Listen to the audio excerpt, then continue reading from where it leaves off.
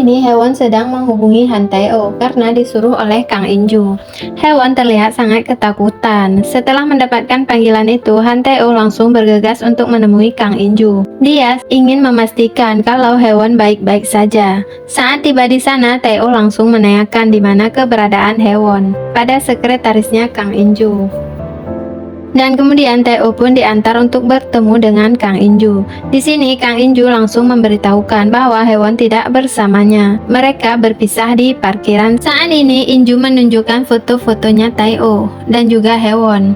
Melihat foto itu, Tae-oh sangat kaget. Kang In-ju pun langsung mengancam Tae-oh kalau dia tidak menuruti semua perintahnya, maka dia akan membeberkan foto itu pada Kang In-ha. Di sini Tae-oh tidak menyerah. Dia masih berusaha untuk mengancam Kang In-ju karena saat ini Tae-oh memegang rahasia besarnya Kang In-ju dan dia mengancamnya akan memberitahukan pada ketua Kang.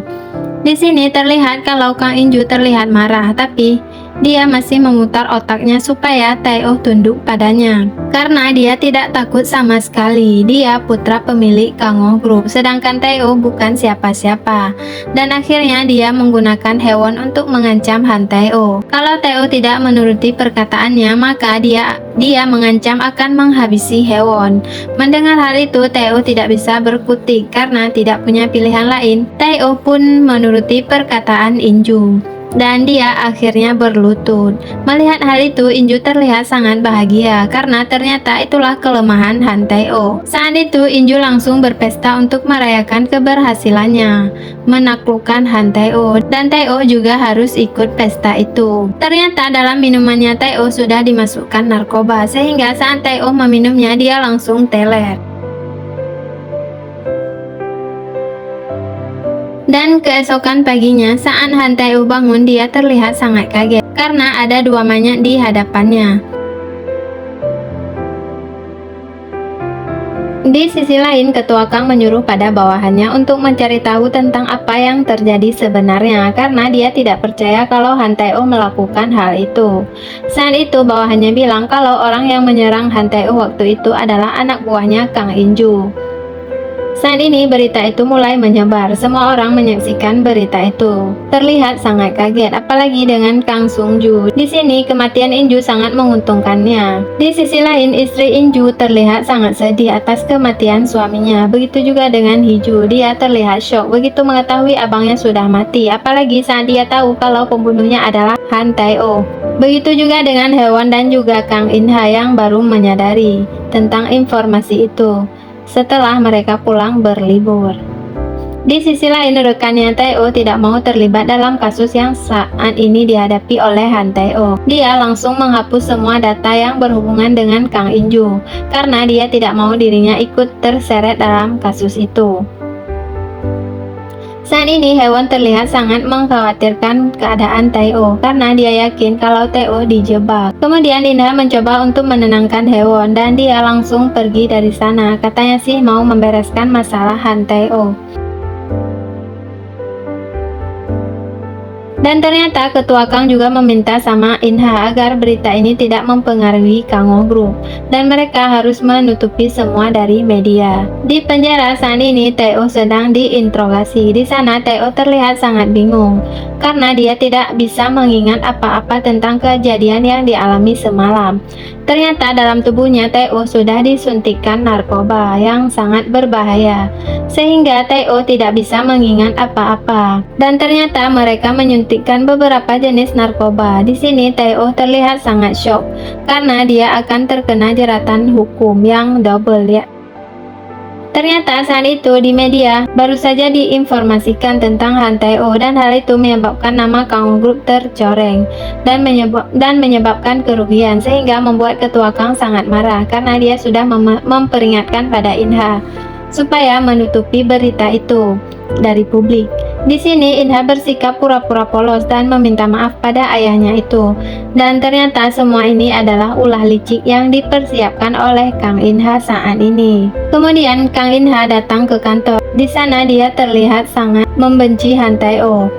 Di sisi lain, pria hacker ini punya rencana untuk pergi dari Korea. Dia meminta temannya untuk mengurus paspornya karena dia tidak mau berurusan lagi dengan Han Tae-oh.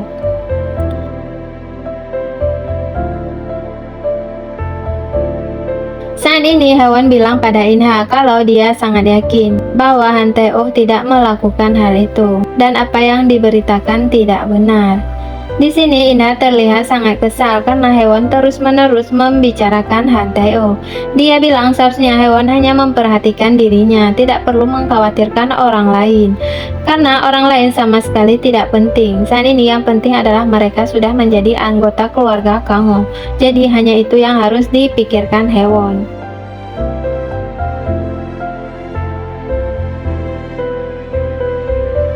Saat ini Teo sedang dipindahkan ke penjara karena saat ini semua bukti menuju ke arahnya. Apalagi Teo tidak bisa mengingat apapun, sehingga sangat sulit untuknya membuktikan bahwa dirinya tidak bersalah.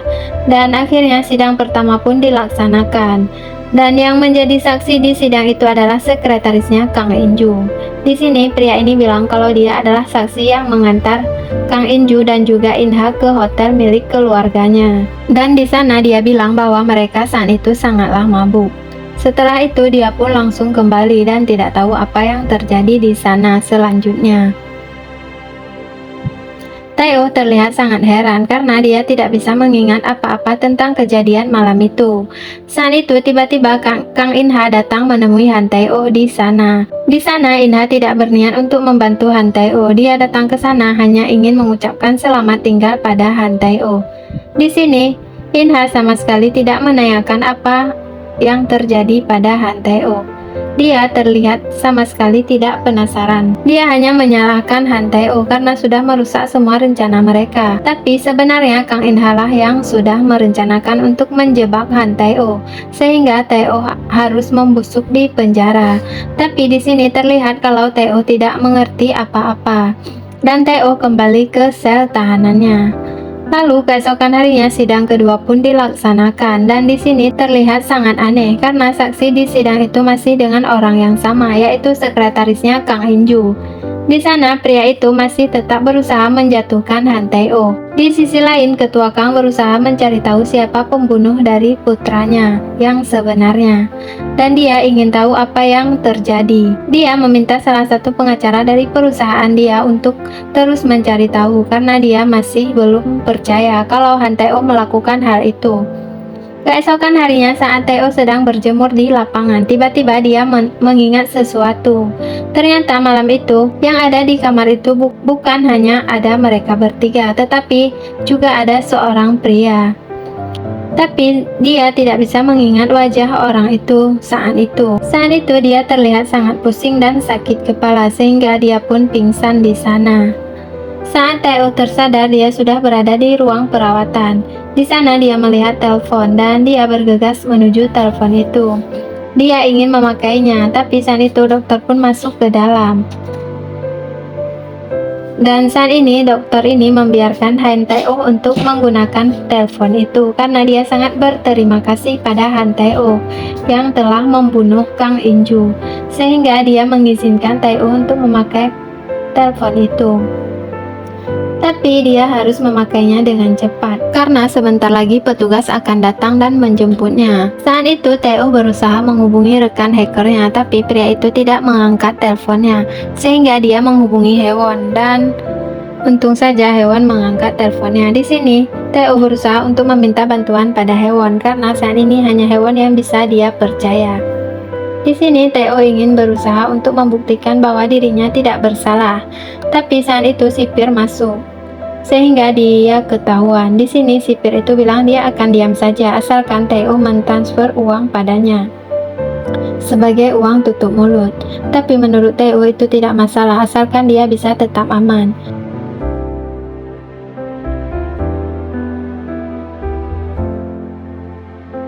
Keesokan harinya saat di kantor, Inha akhirnya menduduki posisi Hanteo. Dan terlihat karyawan di sana bertanya-tanya tentang apa yang terjadi saat ini. Dan kini papan namanya sudah diganti dengan namanya Kang Inha. Di lain sisi, Hewan mendatangi pria hacker ini karena disuruh oleh Hanteo. Awalnya pria ini tidak mau bicara, tapi Hewan langsung memberitahukan kalau saat ini Teo sangat membutuhkan bantuannya. Dan mendengar hal itu, pria ini kayaknya mulai kasihan dengan Hanteo. Dan dia pun pergi ke penjara untuk menemui Hanteo. Di sana dia bilang pada Han Tae-oh kalau dia tidak ingin terlibat lagi dalam urusannya Han Tae-oh. Dia ingin hidup dengan tenang dan aman. Tapi di sini terlihat kalau Tae-oh benar-benar sangat membutuhkan bantuannya. Dan Tae-oh memberitahukan bahwa bukanlah dia pembunuh yang sebenarnya. Dia meminta pria ini untuk mencari tahu apa yang sebenarnya terjadi. Tae-oh juga bilang bahwa saat itu ada orang lain di sana. Dia sangat yakin orang itulah yang membunuh mereka. Kemudian Tae-oh pun pergi dari sana. Saat sampai di rumahnya, pria ini memutuskan untuk membantu Han Tae-oh. Dia mulai menjalankan penyelidikannya untuk mencari tahu tentang pembunuh itu. Di lain sisi, ketua Kang akhirnya juga menemukan jawaban. Dia juga tidak yakin kalau Tae-oh yang membunuh putranya. Jadi dia meminta bawahannya untuk mencari informasi-informasi penting dan melakukan penyelidikan untuk mendapatkan kepastian tentang siapa pembunuh putranya yang sebenarnya. Saat ini pria hacker ini mau pergi ke tempat Mo Gin-joo, yaitu sekretaris Kang In-joo. Tapi saat itu dia malah bertemu dengan Kang In-ha di lift. Dan di sini terlihat kalau pria hacker ini sangat curiga dengan Kang In-ha, karena ternyata Mo Gin-joo tinggal di apartemen miliknya Kang In-ha. Dan ternyata setelah diperiksa mereka berdua saling kenal. Kemudian pria hacker ini datang menemui Han Tae-oh. Di sana dia memberitahukan supaya dia tidak percaya pada Kang In-ha karena bisa jadi In-ha lah yang menjebaknya. Dan setelah diperiksa ternyata orang yang sering dihubungi oleh Mo Gin-joo adalah Kang In-ha. Jadi di sini sudah terlihat ya kalau yang merencanakan semuanya adalah Kang In-ha. Dan ternyata dia juga yang menyuruh Mo Gin-joo untuk bersaksi di pengadilan untuk menjebak Han Tae-oh. Di sini pria hacker ini bilang bahwa si In-ha bukanlah temannya. Jadi kalau dia masih memiliki kepercayaan pada In-ha maka harus segera dibuang jauh-jauh. Karena semua dalang dari jebakan ini adalah rencana licik Kang In-ha. Dan keesokan harinya tiba saatnya putusan terakhir untuk sidangnya. Di sini Tae-oh ditetapkan bersalah sebagai pembunuh dan hakim menjatuhkan dia hukuman mati.